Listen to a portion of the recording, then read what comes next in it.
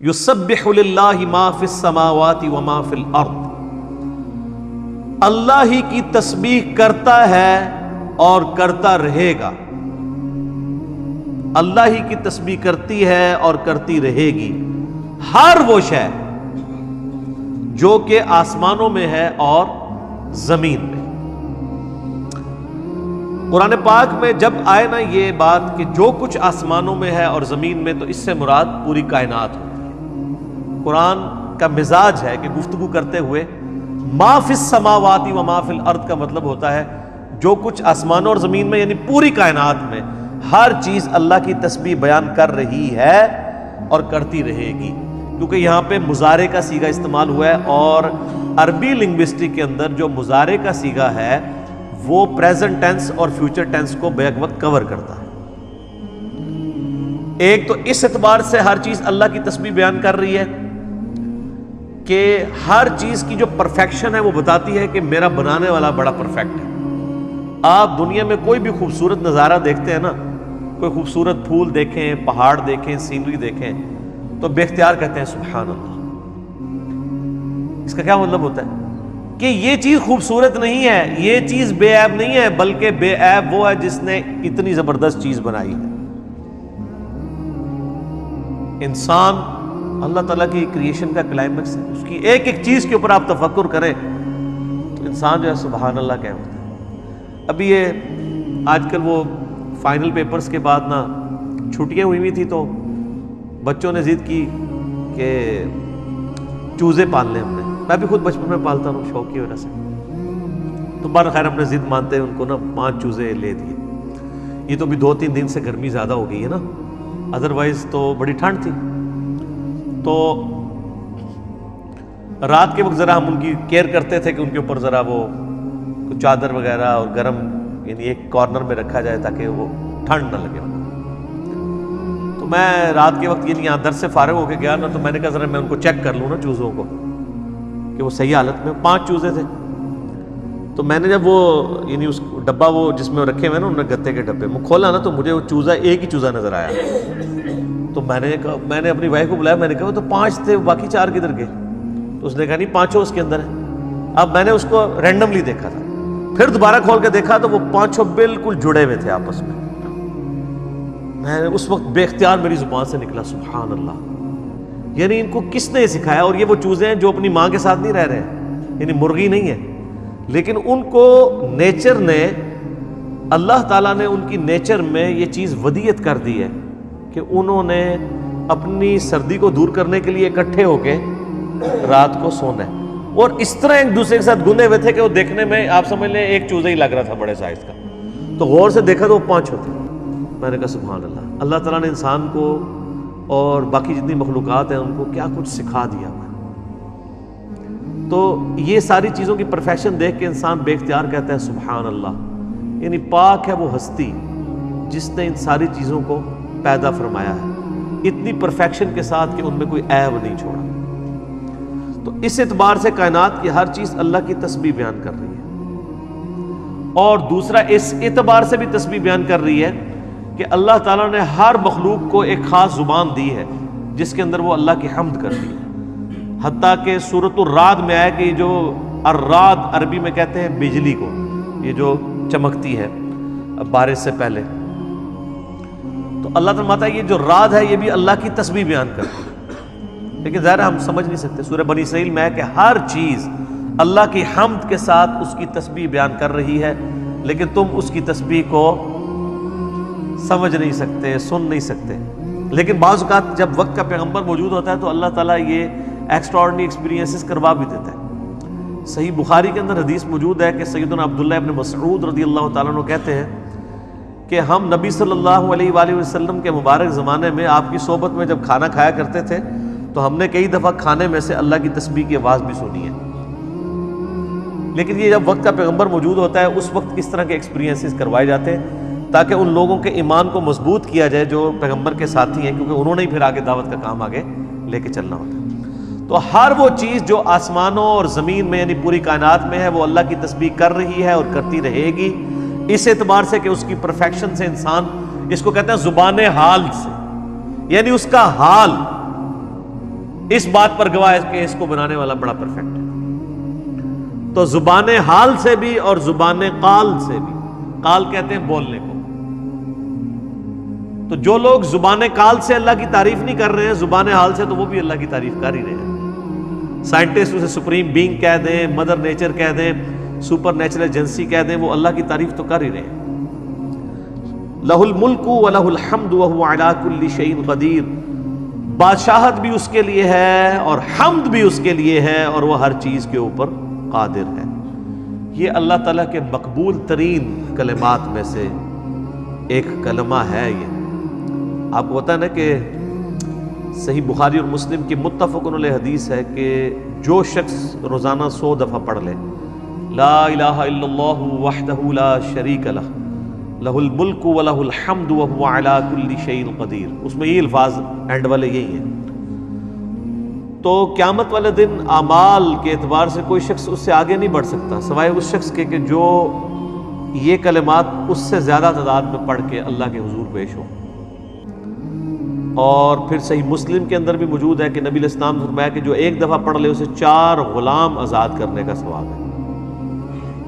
اور ابو داؤد کے اندر اور ترمذی کے اندر باقی کتابوں کے اندر ملتا ہے 10 غلام آزاد کرنے کا ثواب ہے ایک کلمہ۔ اور ابو داؤد میں تو یہاں تک الفاظ ہیں جو صبح کے وقت ایک دفعہ پڑھ لے لا الہ الا اللہ وحدہ لا شریک لہ لہ الملک ولہ الحمد وہو علی کل شیء قدیر، تو شام تک وہ اللہ تعالیٰ کے قلعے میں محفوظ ہے ہر چیز کے خلاف، اور جو شام کو ایک دفعہ پڑھ لے وہ صبح تک اللہ تعالیٰ کے قلعے میں محفوظ ہے۔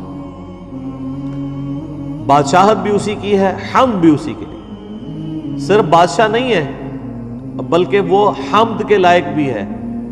باقی بادشاہت دنیا میں جتنی بھی ہے نا وہ اس کی بنائی ہوئی مخلوقات کے اوپر لوگ بادشاہت کر رہے ہیں نا، کریٹر تو نہیں ہے نا۔ اگر کسی کے قبضے میں ملک ہے تو وہ ملک کا کریٹر تو نہیں ہے، ملک میں رہنے والی عوام کا کریٹر تو نہیں ہے، مخلوقات کا کریٹر تو نہیں ہے، صرف رول کر رہا ہے۔ اور اللہ وہ حاکم ہے جو نہ صرف رول کر رہا ہے بلکہ کریٹر آف دا یونیورس بھی ہے، ساری مخلوقات اسی نے پیدا کی۔ هو الذی خلقکم فمنکم کافر ومنکم مؤمن، وہی اللہ ہے۔ یہ کھول لیں اس کو سامنے، قرآن پاک کھول کے رکھیں، ادھر ادھر دیکھنے کی بجائے نا مصحف کے اوپر نظر رکھیں۔ وہی اللہ ہے جس نے تمہیں پیدا کیا، فمنکم کافر ومنکم مؤمن، لیکن تم میں سے کوئی کافر ہے اور کوئی مومن ہے۔ کریٹر ایک ہی ہے لیکن اسی کا حوصلہ ہے، اسی کا صبر ہے کہ اس کے ماننے والے بھی ہیں اور اس کے نہ ماننے والے بھی ہیں۔ حالانکہ دونوں کو اللہ نے نہیں پیدا کیا لیکن اس نے دنیا میں کھلی چھٹی دے دی ہے۔ اِنَّا هَدَيْنَاهُ السَّبِيلَ اِمَّا شَاكِرًا وَإِمَّا كَفُورًا، ہم نے ہدایت کا راستہ واضح کر دیا ہے، چاہے تو شکر گزاری کی روش اختیار کرو چاہے نہ شکری کی، لیکن پھر انجام ایک جیسا نہیں ہوگا۔ شکر گزاری کی روش والوں کا انجام اچھا ہونے والا ہے اور ناشکری کرنے والوں کا برا ہونے والا ہے۔ اور پھر ہدایت اس کائنات کی سب سے ایلیٹ چیز ہے، وہ اللہ تعالیٰ زبردستی بھی کسی کو نہیں دے گا، اس کے لیے بھی پھر اللہ کا یونیورسل ٹروتھ ہے، وَالَّذِينَ جَاهَدُوا فِينَا لَنَهْدِيَنَّهُمْ سُبُلَنَا، جو لوگ ہماری راہ میں کوشش کریں گے ان کے لیے ہم اپنی راہیں کھولیں گے۔ تو کریٹر ایک ہے لیکن مخلوق کی 2 کیٹیگریز ہیں، حالانکہ ہونا چاہیے کہ جب پیدا ایک نے کیا تو سارے اسی کے ماننے والے ہوں، لیکن اللہ تعالیٰ نے بڑا باریک نقطہ بیان کیا ہے کہ پیدا تو وہ ایک ہی کر رہا ہے۔ فَمِنْكُمْ كَافِرٌ وَمِنْكُمْ مُؤْمِنٌ، تم میں سے کوئی کافر ہوتا ہے کوئی مومن ہوتا ہے۔ وَاللَّهُ بِمَا تَعْمَلُونَ بَصِيرٌ، لیکن اللہ تعالیٰ جو کچھ تم کر رہے ہو وہ خوب دیکھ رہا ہے۔ اس کے اندر دھمکی ہے کہ یہ نہ سمجھنا کہ دنیا کی زندگی اپنی مرضی سے گزار رہے ہو تو آخرت بھی تمہاری مرضی کی ہوگی، نہیں، دیکھ رہے ہیں بنا کے کہ کون ہمارا تابع فرمان ہے اور کون ہم سے باقی ہے، ہماری نظر میں ہے سارے اعمال۔ اچھا، یہ آیت جو ہے نا سورہ التغابن کی آیت نمبر 2، یہ آیت میں نے اکثر اس حوالے سے بھی کوٹ کی ہے کہ جو سورہ لقمان کی آخری آیات میں آتا ہے نا، اللہ تعالیٰ نے 5 چیزوں کا علم اپنے ساتھ خاص کیا ہے کہ وہ علم اللہ ہی کے پاس ہے یا اللہ کے بتانے سے کسی کو پتہ چل سکتا ہے، اور ظاہر وقت کے پیغمبر کو پتہ چل سکتا ہے۔ اس میں ایک چیز ہے کہ کوئی نہیں جانتا کہ ماں کے پیٹ میں کیا ہے، تو بعض لوگ کہتے ہیں وہ جی الٹرا ساؤنڈ کے ذریعے بتا دیا جاتا ہے۔ اللہ تعالیٰ نے ماں کے پیٹ میں کیا ہے اس سے مراد اس کے جینڈر کا ذکر نہیں کیا، یہ ترجمہ کرنے والوں نے لکھ دیا کہ کوئی نہیں جانتا کہ ماں کے پیٹ میں کیا ہے، میل ہے یا فیمیل۔ قرآن میں ایسے کوئی الفاظ نہیں، قرآن بڑے پرفیکٹ الفاظ کے ساتھ گفتگو کرتا ہے۔ قرآن یہ کہتا ہے کہ کوئی نہیں جانتا کہ ماں کے پیٹ میں کیا ہے۔ ہاں اللہ بتا دے اولادہ بات ہے، جیسے حضرت زکریا علیہ السلام کو اللہ تعالیٰ نے ان کے لیے بیٹا یحییٰ کی بشارت دی، پہلے ہی بتا دیا کہ تجھے اس بوڑھی عمر میں بھی ایک لڑکا ملے گا۔ اس طرح کی پروفیسی وقت کے پیغمبر کو تو اللہ تعالیٰ بتا دیتا ہے وحی کے ذریعے، لیکن کوئی اور شخص دعویٰ نہیں کر سکتا کہ یہ بتا سکتا ہے۔ باقی جو فزیکل نالج ہے نا جی، اس کا تعلق علم الغیب کے ساتھ نہیں ہے۔ علم الغیب وہ علم ہوتا ہے جو حواس خمسہ اور انسٹرومنٹس کے بغیر حاصل کیا جائے، وہ علم الغیب ہوتا ہے۔ اور ایک دفعہ لگانے سے جو تکا ہو جائے وہ نہیں، ہمیشہ تکا لگانے سے تو آپ کی کوئی وہ کبھی کوئی گینڈا، کوئی ہتنی اور کوئی جناب شیر بھی کہہ دیتا ہے کہ اس دفعہ جو ہے وہ انڈیا کی ٹیم جیتے گی، اس دفعہ پاکستان کی جیتے گی۔ آدھے جانور غلط نکلتے ہیں، آدھے صحیح نکلتے ہیں، یہ نہیں تکے نہیں۔ 100 پریڈکشن کریں، 100 کی 100 صحیح نکلے، ایسے تو پاسبل نہیں ہوتا نا۔ وہ تو ہم بھی کبھی لوڈو کھیلتے ہوئے جی اے ہن 6 آئی تو آ ہی جاتا ہے، تو علم غیب تو نہیں ہو گیا نا۔ مزہ تو تب ہے جب 100 دفعہ پھینکا جائے اور 100 دفعہ بندہ کہے جی اے 6 ہی، تو لے کے آئے کچھ ہے، پروبیبلٹی اسے کہتے ہیں نا۔ تو پروبیبلٹی تو پھر آپ کو پتہ ہے کہ یہ ناممکنات میں سے ہے کہ 100 دفعہ کوئی پھینکے اور 100 دفعہ ہی آ جائے۔ اس کی پروبیبلٹی جو ہے وہ یعنی کروڑوں میں ایک ہو سکتی ہے، وہ بھی بڑی مشکل سے۔ تو یہ جو اللہ تعالیٰ نے وہاں پہ فرمایا نا کوئی نہیں جانتا کہ ماں کے پیٹ میں کیا ہے، مراد یہ کہ کوئی نہیں جانتا کہ وہ سعید ہوگا یا شقی ہوگا، یعنی وہ خوش بخت ہوگا یا بدبخت ہوگا، وہ پیدا ہونے کے بعد کافر ہوگا یا مومن ہوگا، کیونکہ ہو سکتا ہے پیدا کافر ہوا ہے بعد میں ایمان پہ آ جائے، ہو سکتا ہے پیدا مومن ہوا ہے بعد میں کفر اختیار کر لے۔ یعنی مرتے دم تک کوئی شخص کسی کے بارے میں یہ پریڈکٹ نہیں کر سکتا کہ وہ شقی ہوگا یا سعید ہوگا۔ شقی عربی میں کہتے ہیں بدبخت کو، سعید کہتے ہیں خوش بخت کو، آخرت کے پوائنٹ آف ویو سے، یعنی ایمان والا ہوگا یا کافر ہوگا۔ تو یہاں پہ بھی میں نے پھر سپورٹ میں یہ آیت پیش کی تھی، فَمِنْكُمْ كَافِرٌ وَمِنْكُمْ مُؤْمِنٌ۔ پیدا وہ کرتا ہے لیکن کوئی کافر ہوتا ہے کوئی مومن، کوئی شخص نہیں بتا سکتا کہ یہاں سے جو پیدا ہوگا وہ کیا ہوگا۔ ورنہ تو آپ دیکھیں نا خالد ابن ولید کو تو پیدائش کے بعد بھی کسی نے نہیں جج کیا تھا کہ اس نے مسلمان ہو کے رومن اور پرشین امپائر الٹ دینی ہے۔ نبی علیہ السلام کی دعوت کے بعد 19 سال تک خالد ابن ولید رضی اللہ تعالیٰ عنہ علیہ السلام، یعنی دعوت کے بعد بھی نبی علیہ السلام کی دعوت نبوت کرنے کے بعد بھی 19 سال تک کفر پہ رہے ہیں، اسلام نہیں انہوں نے قبول کیا۔ پھر اللہ نے ہدایت دے دی۔ اس وقت تو لوگ کنکلوڈ کر بیٹھے ہوں گے کہ جس نے تو کفر کی موت ہی مرنا ہے، نعوذ باللہ، یہ اللہ جانتا ہے۔ تو یہاں تقدیر مراد ہے۔ اور دوسرا اگر کوئی فزیکل نالج ہے تو واقعی کوئی آج بھی نہیں بتا سکتا کہ ماں کے پیٹ میں کیا ہے، جب تک فزیکلی، ایک فزیکل علم جو ہوتا ہے نا انسٹرومنٹ کے ذریعے آپ حاصل کرتے ہیں، وہ علم الغیب نہیں ہوتا، وہ تو فزیکل نالج ہوتا ہے۔ بغیر دیکھے بغیر چھوئے ایک بندہ پریڈکٹ کر دے اور جتنی دفعہ کرے وہ صحیح کرے، وہ علم الغیب ہوگا، تو وہ تو کوئی نہیں کر سکتا۔ انسٹرومنٹ سے تو آپ فزیکل نالج حاصل کرتے ہیں، اور فزیکل لاز ظاہر ہے کہ وہ تو بالکل آپ کو صحیح رزلٹ دیں گے۔ آپ کو پتہ ہے کہ آج بھی ایسے انسٹرومنٹس اسلام آباد میں تو چونکہ پانی کا مسئلہ اویلیبل ہے کہ وہ انسٹرومنٹس آپ زمین میں 2 فٹ گڑھا کھودنے کے بعد وہ انسٹرومنٹ رکھیں، اس میں سے ریز نکلتی ہیں، وہ زمین میں جا کے ریباؤنڈ ہوتی ہیں، اس سے وہ بتا دیتے ہیں کہ یہاں پہ واٹر ٹیبل جو ہے وہ 150 فٹ پہ، یہاں پہ 200 فٹ پہ، یہاں پہ 300 فٹ پہ ہے، اور یہاں پہ 500 فٹ پہ بھی نہیں ہے۔ تو وہ فزیکل نالج ہے نا، کہ آپ نے فزیکلی آبزرو کیا۔ یہ تو نہیں ہے کہ ایک بندے نے آنکھیں بند کیا اور کہا جی ادھر جو ہے تیل کا کنواں کھود لیں، ادھر پانی کا کنواں کھود لیں، اس طرح تو نہیں ہوتا نا۔ آپ دیکھ لیں ڈرلنگ مشین لگی ہوتی ہیں، وہ اسیسمنٹس کرتے ہیں کتنے کنویں کھودنے کے بعد، یعنی ایوریج 500-600 کنویں کھودتے ہیں تو شاید ایک کنواں نکلے، شاید ایک بھی نہ نکلے۔ تو اسی لیے تو ان کمپنیوں کو ٹھیکے دینے پڑتے ہیں، بڑا مہنگا کام ہے۔ تو اللہ یہ جس نے پیدا کیا، تم میں سے کوئی کافر ہوتا ہے کوئی مومن ہوتا ہے، واللہ بما تعملون بصیر، اللہ تعالیٰ تمہارے اعمال کو دیکھ رہا ہے۔ خلق السماوات والارض بالحق، دیکھو اس نے آسمانوں اور زمین کو پرپز فل پیدا کیا ہے، بغیر مقصد کے کوئی چیز پیدا نہیں ہوئی ہے، ہر چیز ایک مقصد کے لیے پیدا ہوئی ہے۔ تو اس کائنات کی ہر چیز اگر مقصد کے لیے پیدا ہوئی ہے تو اس کائنات میں اللہ کی کریشن کا کلائمیکس اور بلندی کون ہے؟ انسان. تو انسان تو سب سے زیادہ پرپسفل مخلوق ہے.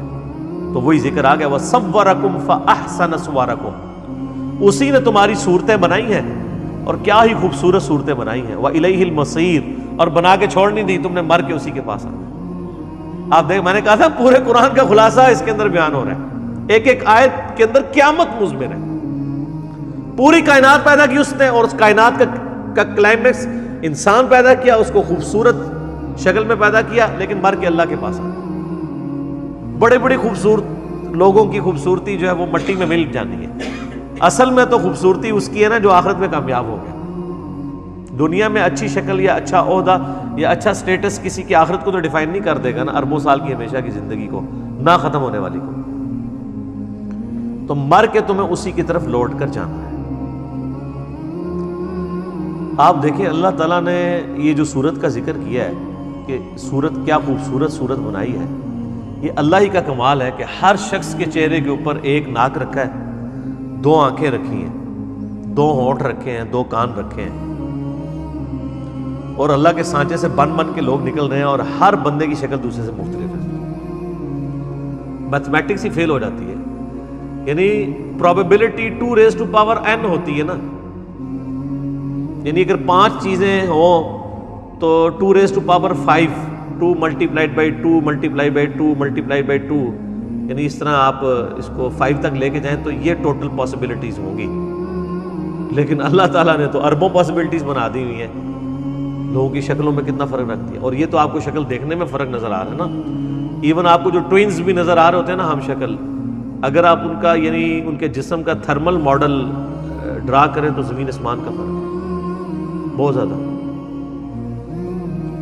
آپ یہ یعنی انگوٹھے یا انگلیوں کے فنگر پرنٹس کے نشانات ایک بندے کے دوسرے سے میچ نہیں کرتے، لاکھوں لوگوں کے لے میچ نہیں کرتے. اب تو اس سے بھی آگے بات چلے گئی ہے، وہ آنکھ کو دیکھتے ہیں، کیمرے کو آگے آنکھ رکھتے ہیں، تو ایک بندے کی آنکھ دنیا میں آپ دیکھیں 7-8 ارب انسان موجود ہیں، کسی کی آنکھ کا نقشہ دوسرے سے میچ نہیں کرتا. تو سبحان اللہ ہی کہیں گے نا. تو یہ جتنے انسان ہیں ان کو ان کے ماں باپ نے تو پیدا نہیں کیا، ماں باپ کو تو پتہ ہی نہیں تھا کہ کیا ہونا ہے، اللہ نے پیدا کیا.